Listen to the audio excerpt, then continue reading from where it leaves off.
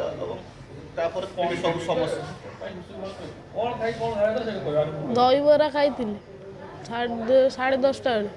ତାପରେ ରାତି 4ଟା 4:30 ବେଳେ ଯେଉଁ ବାନ୍ତି ଝାଡ଼ା ହେଲା। ତାପରେ ସକାଳୁ ଆସି ମେଡ଼ିକାଲ ଅଛି। କ'ଣ ଖାଇଥିଲେ ଏବଂ କ'ଣ ତାପରେ ଅସୁସ୍ଥ ଅନୁଭବ କଲେ? କେତେବେଳେ ଖାଇଥିଲେ, କେତେବେଳେ ଅସୁସ୍ଥ ଅନୁଭବ କଲେ ଏବଂ କ'ଣ କ'ଣ ଘଟଣା ଘଟିଲା ପରେ ମେଡ଼ିକାଲ ଆସିଲେ? କାଲି 10ଟାରେ ଆସିଥିଲେ, ଦହିବରା ବାଲା ଜଣେ ଗାଁକୁ ଆସିଥିଲେ। ଆଉ ଛୁଆମାନେ ସବୁ ଖାଇଲେ। ଛୁଆମାନେ ଖୁସିରେ ମୋତେ ଦେଲେ ଟିକେ, ମୁଁ ଖାଇ ଦେଇଥିଲି ଛୁଆଙ୍କ କତିରେ। ଆଉ ରାତି ବି 12ଟା ଖଣ୍ଡେ ଯେତେବେଳେ ହେଇଛି, ଜ୍ୱର ହେଲା, ମୁଣ୍ଡ ବୁଲେଇଲା, ଦେହ ହାତ ବିନ୍ଧା ହେଲା, ଦେହ ହାତ ଥରିଲା, ଏମିତି ସବୁ ହେଲା। ଆଉ ବାନ୍ତି ହେଲା। ଆପଣ ପରିବାରରେ କେତେ ଜଣ ଖାଇଥିଲେ, କେତେ ଜଣ ଅସୁସ୍ଥ ଅଛନ୍ତି? ଆମ ପରିବାର 4 ଜଣ 5 ଜଣ ଖାଇଥିଲେ। ସମସ୍ତେ ଅସୁସ୍ଥ ଅଛନ୍ତି? ଆଜ୍ଞା। ପାଟପୁର ଦହିବରା ଖାଇ କେତେ ଜଣ ଅସୁସ୍ଥ ହୋଇଛନ୍ତି ଏବଂ କେଉଁ ଅବସ୍ଥାରେ ଅଛନ୍ତି? ପ୍ରଥମେ ରାତିରେ ଆସିଥିଲେ 3 ଜଣ, ସେମାନେ ଷ୍ଟେବୁଲ୍ ଅଛନ୍ତି। ସେମାନେ ଘରକୁ କହିଲେ ଆମ ଭଲ ଲାଗୁଛି, ସେମାନେ ପଳେଇଲେ, ସେମାନେ ଅଛନ୍ତି। ତାପରେ ଆମର ଏବେ ଅଛନ୍ତି ବେଡ଼୍ରେ 6 ଜଣ ଅଛନ୍ତି, ଆଉ ରେଫର୍ ହେଇଛନ୍ତି 6 ଜଣ।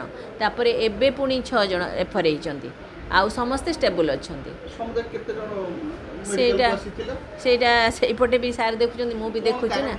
ଦହିବରା ସେମାନେ ଗୋଟିଏ ସୋର୍ସ ହେଉଛି ଇନଫେକ୍ସନ୍, ଗୋଟେ ଦହିବରା କିଏ ଦେଇଛି, ସେ ଯେତେ ଜଣ ଖାଇଛନ୍ତି ସମସ୍ତେ ଏଭ୍ରିବଡ଼ି ଇଜ୍ ଆଫେକ୍ଟେଡ୍, ସମସ୍ତେ ହେଇଛନ୍ତି ଯେତେ ଲୋକ ଖାଇଛନ୍ତି।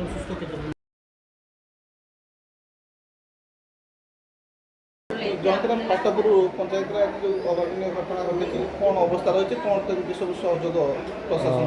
ଯାହା ମୁଁ ଖବର ପାଇଲି, କାଲି ସମସ୍ତେ ଯେଉଁମାନେ ଆଫେକ୍ଟେଡ୍ ହେଇଛନ୍ତି, ମୁଁ ମେଡ଼ିକାଲ ଅଫିସର ସହିତ ବି କଥା ହେଉଥିଲି। ସୋର୍ସ ଗୋଟେ କମନ୍ ସୋର୍ସ ଅଛି, ସେ ଦହିବରା ଯେଉଁଠି ଖାଇଥିଲେ ସମସ୍ତେ ଆଫେକ୍ଟେଡ୍ ଅଛନ୍ତି। ବର୍ତ୍ତମାନ କଣ୍ଡିସନ୍ କିନ୍ତୁ ଷ୍ଟେବୁଲ୍ ଅଛି ସମସ୍ତ ପେସେଣ୍ଟମାନଙ୍କର, ଯାହା ମୁଁ ମେଡ଼ିକାଲ ଅଫିସର ସହିତ କଥା ହେଉଥିଲି। 15 ଜଣ ଅଲରେଡ଼ି ରେଫର୍ ହେଇସାରିଲେଣି। ବର୍ତ୍ତମାନ ଯେଉଁ କେସ୍ ଗୁଡ଼ା ଆସିଛନ୍ତି, ଆମେ ମଧ୍ୟ ତାଙ୍କୁ ପଠାଇବାର ବ୍ୟବସ୍ଥା କରୁଛୁ।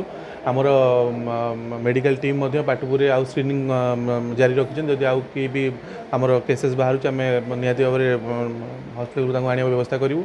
ଆମର ଷ୍ଟାଫ୍ ମଧ୍ୟ ସେଠି ଅଛନ୍ତି, ଆର୍ଡବ୍ଲ୍ୟୁ ଷ୍ଟାଫ୍ ମଧ୍ୟ ଆମେ ପଠାଇଛୁ। ଇନକେସ୍ ଯଦି ସୋର୍ସର କିଛି ଦରକାର ଡିସ୍ଇନଫେକ୍ସନ୍, ସେଟା ମଧ୍ୟ ଆମେ ଜାରି ରଖିଛୁ। DHSରେ ମଧ୍ୟ ସରପଞ୍ଚ ଅଛନ୍ତି, ସେ ବି କୋର୍ଡ଼ିନେଟ୍ କରୁଛନ୍ତି।